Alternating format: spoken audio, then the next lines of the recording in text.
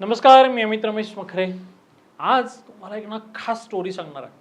Story एका अशा उद्योजकाची आहे की ज्याच्या आयुष्यामध्ये एक नाही तर अनेक दुर्दैवी आणि मनाला क्लेशदायक आणि प्रचंड अस्वस्थ करणारे प्रसंग घडत गेले, तरी त्याने हार मानली नाही. कदाचित तुम्ही या स्टोरीतला एंड बराच वेळा ऐकला असेल आणि त्याची प्रेरणा सुद्धा कित्येक लोकांनी तुम्हाला दिली असेल. पण त्या एंडच्या अगोदरची जी स्टोरी आहे ती पहिल्यांदा मी तुमच्यासाठी घेऊन येतो. ही कथा आहे एका मुलाची, ज्या मुलाने वयाच्या 6व्या वर्षी अमेरिकेच्या एका हेनरी विले नावाच्या एका भागातला हा तरुण, एक मुलगा, 6 वर्षाचा मुलगा, म्हटलं लहान लेकरूच म्हणला हवं, राईट. त्याचे वडील एक्सपायर झाल्यानंतर 3 मुलांचा किंवा 2 ते 3 मुलांचा सांभाळ करण्यासाठी त्या आईला जॉबवर जावं लागलं. आणि जेव्हा जॉबला जाऊ लागली तर तिच्याकडे एवढा सुद्धा वेळ नव्हता की घरी रोजच्या रोज ती काहीतरी बनवू शकेल आणि आपल्या तान्ह्या लेकरांना काहीतरी खाऊ घालू शकेल. अशा वेळी वयाच्या 6व्या वर्षी आपल्या या मुलावरती स्वयंपाक करण्याची वेळ आली. चांगलं झालं की वाईट झालं? नाही, आज ही व्हिडिओ बघताना तुम्हाला मला उत्तर द्यायचं आहे बरं का. इंटरॅक्टिव्ह व्हिडिओ, कारण शेवटपर्यंत जर तुम्ही बघताल तर तुमच्या अंगावरती काटा उभा राहील आणि कुठं ना कुठं तुम्हाला स्वतःला, तुम्ही सुद्धा या स्टोरीमधलं एखादं पात्र आहात अशी तुम्हाला जाणीव येईल. त्यामुळे मी जेव्हा जेव्हा प्रश्न विचारेल की चांगलं झालं की वाईट झालं, तेव्हा तुम्ही उत्तर द्यायचं. जे तुम्हाला वाटेल ते उत्तर मला कमेंट करा, किंवा तुम्ही तोंडाने जरी बोलला तरी आपण हृदयाने या व्हिडिओमधून कनेक्ट होऊ. वयाच्या 6व्या वर्षी आपले वडील एक्सपायर झाल्यानंतर आईला जॉबवर जावं लागतंय. तिला तेवढाही वेळ मिळत नाहीये, संध्याकाळी यायला उशीर होतोय.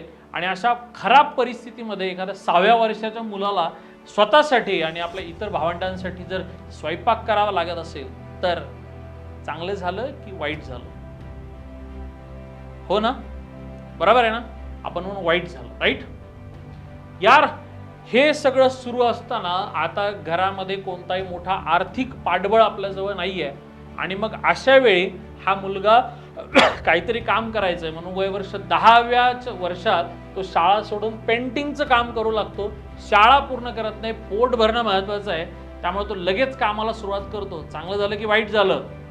अरे यार, तुम्हीच उत्तर द्या. चांगलं झालं की वाईट झालं? 6व्या वर्षी तो घरात स्वयंपाक करू लागतो. 10व्या वर्षी हा मुलगा स्वतःच्या चरित्रार्थासाठी शाळा सोडून शेवटी पेंटिंगचं काम करायला लागतो. वर्ष 16 उजडतात, एक डुप्लिकेट डिग्री तो बनवतो आणि त्यामध्ये तो आर्मीमध्ये जॉईन करतो. एक वर्ष जातो, वर्षानंतर तो ती नोकरी सोडून देतो आणि ट्रेनमध्ये तिकीट कंडक्टरचं काम स्वीकारतो. आता जवळच्या एका युनिव्हर्सिटीमधून तो लॉचं शिक्षण घ्यायला सुरुवात करतो.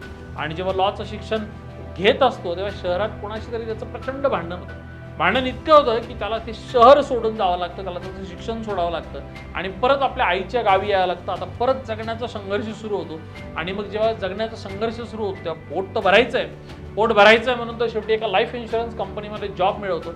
कशीबशी परिस्थिती सुधारणार तेवढ्यात परत बॉसची भांडण होतं आणि परत जॉब जातो. चांगलं झालं की वाईट झालं? काही वर्ष पुन्हा प्रयत्न केल्यानंतर एक फेरी बोट कंपनी तो काढतो. फेरी बोट म्हणजे ती नाही का आपल्याकडे पाण्यावरती, नदीवरती फिरण्यासाठीची एक फेरी बोट कंपनी तो टाकतो. सुदैवाने ही कंपनी चांगली सुद्धा चालायला लागते. पण अचानक मग त्याच्या डोक्यात संकल्पना येते की यार, ह्या बिझनेस सोबत अजून काहीतरी बिझनेस केला पाहिजे. आणि मग तो अचानक काचेपासून बल्ब बनवायची फॅक्टरी टाकतो. बरं, ती बल्ब बनवायची फॅक्टरी फक्त टाकत नाही, ते फॅक्टरी टाकल्यानंतर आपली पहिली जी फेरी बोटची चांगली कंपनी सुरू असते ती कंपनी तो बंद करून टाकतो. बरं, बल्बची फॅक्टरी सुरू होते, त्याच्यात तर नेमकं नुकसान होतं, ती फॅक्टरी पण बंद होऊन जाते. असंच मजल दर मजल करत वयाच्या 35व्या वर्षी आज त्याच्याकडे ना घर असतं ना त्याच्याकडे जॉब असतो. शेवटी तो एका टायर कंपनीमध्ये सेल्स पर्सन होतो आणि थोड्या दिवसात दुर्दैवाने पुन्हा ही सुद्धा कंपनी बंद पडते. चांगलं झालं की वाईट झालं? परत 2-4 वर्ष इकडे तिकडे केल्यानंतर साधारण 40व्या वर्षी तो एका शेल नावाच्या कंपनीच्या जनरल मॅनेजरला भेटतो आणि त्याचं जे प्रेझेंटेशन, त्याची बोलण्याची पद्धत, कन्व्हिन्स करण्याची पद्धत, याच्यातून तो शेलचा जनरल मॅनेजर खूप इम्प्रेस होतो आणि त्याला त्याचं जे पोटेन्शियल आहे ते पोटेन्शियल बघून त्याला सांगतो की आता तू काय कर, माझा एक पेट्रोल पंप येतो, पेट्रोल पंप चालवायला घे. हा पेट्रोल पंप सुरू करतो. परिस्थिती थोड्यात सुधारणार, पण परत अमेरिकेमध्ये मंदी येते आणि मंदी आल्यानंतर हा पेट्रोल पंप बंद होतो. पुन्हा 1 वर्ष जातं, वर्षभराने पुन्हा पेट्रोल पंप सुरू होतो. आता याला असं वाटतं की यार, फक्त पेट्रोल पंपवर डिपेंड न राहता काहीतरी साईड बाय साईड करायला पाहिजे. म्हणून तो एक हॉटेलची डिश बनवतो, एक चांगली डिश, आणि आपल्या पेट्रोल पंपावरती आलेले जे पेट्रोल भरायला लोक असतील त्यांना विकायला सुरुवात करतो. लोकांना ती डिश आवडते आणि एवढी आवडते की आता डिशवालं पेट्रोल पंप असं पण त्याची ओळख व्हायला लागते की तिथे जा, पेट्रोल भरा, सोबत डिश एन्जॉय करा, राईट. मग त्याला वाटतं आता अरे डिश तर फेमस झाली, एक रेस्टॉरंट सुरू करू. म्हणून तो पेट्रोल पंपच्या बाजूलाच एक रेस्टॉरंट घेतो, जागा घेतो रेस्टॉरंटसाठी आणि रेस्टॉरंट सुरू करणार. एवढ्यात पहिलं रेस्टॉरंट जे शेजारी ऑलरेडी सुरू असतं, बोर्ड लावण्यावर, बाहेर दारात आपण बोर्ड लावतो ना, तसं बोर्ड लावण्यावरून त्याचं आणि त्याच्या त्या रेस्टॉरंट मालकाचं भांडण होतं. आणि भांडण इतके होतं की याचा एक साथीदार, गोळी चालतात, गोळ्या चालतात, साथीदाराचा मृत्यू होतो. दुर्दैवाने पुन्हा सुद्धा त्याला सगळं बंद करावं लागतं. चांगलं झालं की वाईट झालं. आता तो परत हताश होतो. तो पुन्हा काही दिवस गेल्यानंतर परत 3-4 वर्षांनी प्रयत्न सुरू करतो आणि परत एक हॉटेल सुरू करतो.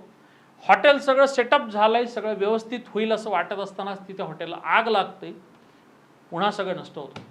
आता मात्र तो थकलेला असतो, कारण त्याला पॅशन एक समजते की आपल्याला पैसे जर कमवायचे असतील तर आपल्याला पॅशन आहे की आपल्याला कुकिंग आवडते. कारण वर्ष 6ला या मुलांनी कुकिंग केलेलं असतं, तर आपल्याला कुकिंग आवडतं. आपण आता बाकी काही करण्यापेक्षा या वयामध्ये एखादा रेस्टॉरंट सुरू करायचा प्रयत्न केला पाहिजे. आणि तो प्रयत्न करतो सुद्धा. तो स्वतःचं एक रेस्टॉरंट सुरू करतो. रेस्टॉरंट सुरू केल्यानंतर दुसरं विश्वयुद्ध सुरू होतं आणि मग दुसरं विश्वयुद्ध सुरू झाल्यानंतर पुन्हा त्याला हे सगळं बंद करावं लागतं. पुन्हा एकदा तो रस्त्यावरती येतो. आता रेस्टॉरंट जर होऊ शकत नाही, हॉटेल सुरू करायला स्कोप नाही, आता आपल्या हातात काय? बऱ्याच वेळा आपल्याला आपल्या आयुष्यात असं होतं, आपल्याकडे काय आहे? तो म्हणतो आता आपल्याकडे फक्त एक रेसिपी आहे की जी आपली जी डिश मार्केटला फेमस झाली होती. आपण एक काम करू, आपण वेगवेगळ्या हॉटेल्सवाल्यांना भेटू, आपली ही डिश ते लोक घेऊ शकतील का ते विचारू, आणि जर ती डिश त्यांनी घेतली तर आपल्याला त्यातून 2 पैसे मिळतील. म्हणून तो मस्तपैकी काही हॉटेल्सवाल्यांना भेटायला लागतो. पण हॉटेलवाले डिश तर खायचे पण इंटरेस्ट दाखवत नव्हतं. म्हणून शेवटी परत तो स्वतःचा रेस्टॉरंट उघडतो.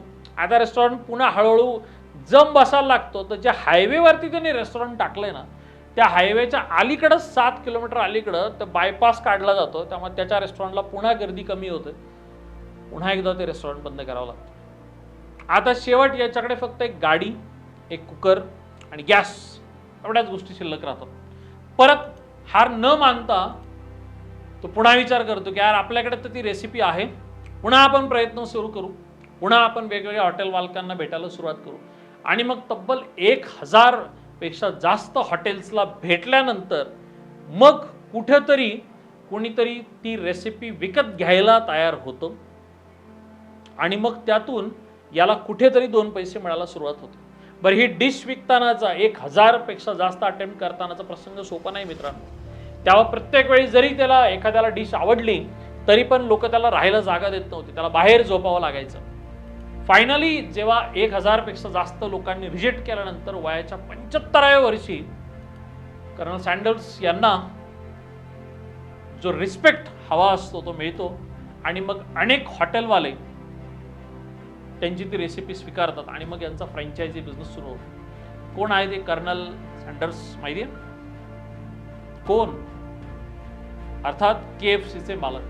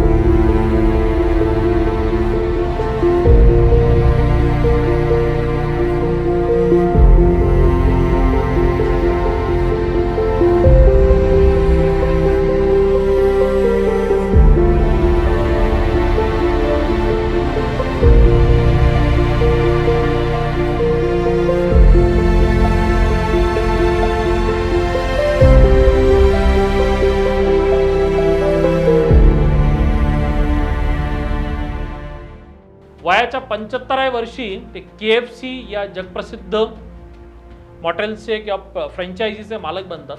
वयाच्या 90व्या वर्षी जेव्हा त्यांचं निधन होतं ना, तेव्हा 48 देशांमध्ये 6000 फ्रँचायझी नेटवर्क हे KFCचं उभं राहिलेलं असतं.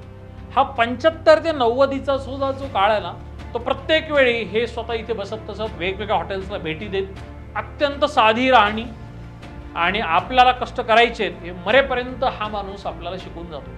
तुम्ही आजपर्यंत KFCच्या मालकांनी 1009 वेळा रिजेक्शन स्वीकारलं आणि मग एवढा मोठा ब्रँड उभा राहिला, ही स्टोरी बऱ्याच वेळा ऐकली असेल.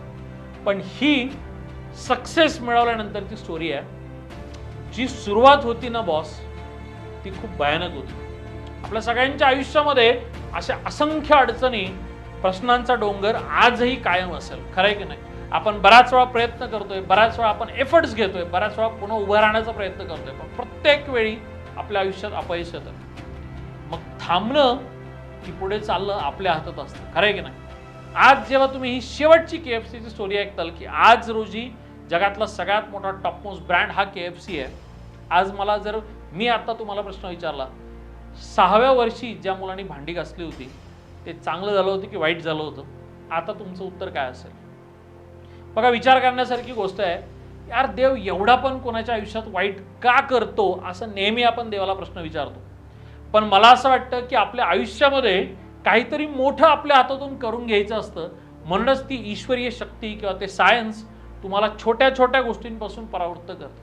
बरं, एकदा नाही अनेकदा परावृत्त करतं. आपण थकतो, आपण कंटाळतो, आपण वैतागतो, फ्रस्ट्रेट होतो, स्ट्रेसमध्ये जातो. पण कदाचित यामागे सुद्धा काहीतरी सकारात्मक असू शकतं. ही विचारधारा घेऊन जर तुम्ही चांगलं किंवा वाईट याचं ॲनालिसिस न करता फक्त काम करत राहिलात तर निश्चितच तुम्ही तुमच्या आयुष्यामध्ये यशस्वी होऊ शकता. ही स्टोरी तुम्हाला कशी वाटली आणि या स्टोरीपासून उद्योग उभा करताना येणाऱ्या अडचणींमध्ये किती जरी आपल्याला हालापेष्ट झाल्या तरी फक्त काम करत राहा. त्याचं चांगलं, वाईट, पॉझिटिव्ह, निगेटिव्ह असं ॲनालिसिस न करता फक्त टिकून राहा, कष्ट करत राहा. यश नक्की तुमच्या हातात असेल. ही स्टोरी कशी वाटली मला कमेंट करून निश्चित सांगा आणि तुम्हाला अजून कोणत्या कोणत्या स्टोरी अशा बघायला आवडतील हेही मला सांगा. तोपर्यंत